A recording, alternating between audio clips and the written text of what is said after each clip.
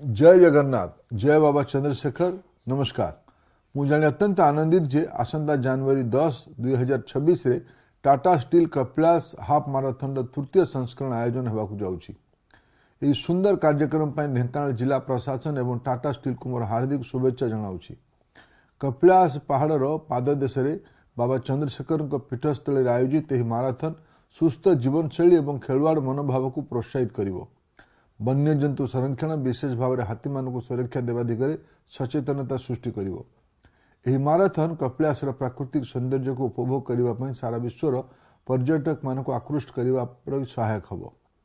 चलित थर यह माराथन सबुठ गुरुत्वपूर्ण विषय होची आम माटीर वीर संतान सर्वकनिष्ठ स्वाधीनता संग्रामी शहीद बाजी राउत बलिदान को स्मरण करने कार्यक्रम माध्यम उद्यम होईछि।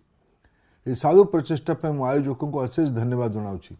देशर कोण अनुकोण आसुवा प्रतियोगी माने जाति बाजी राउत महान त्याग साहस और स्वाधीनता संग्राम में तांकर अवदान विषय जानवा पाइबे।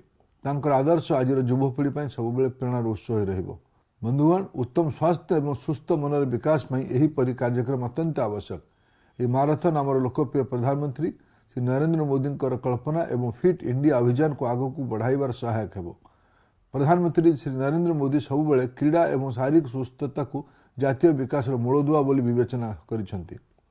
जातीय शिक्षा नीति मध्य क्रीड़ा एवं शारीरिक सुस्थता को विशेष प्राधान्य दिया जाइछि। एही परि आयोजन माध्यम माननीय प्रधानमंत्री देखिथिबा विकसित ओडिशा एवं विकसित भारतर परिकल्पना सफल हेबो। मोर अनुरोध आम अंचल सबु वर्गर लोक मैंने हाफ माराथन में बहु संख्यार योगदान दे या सफल करातु।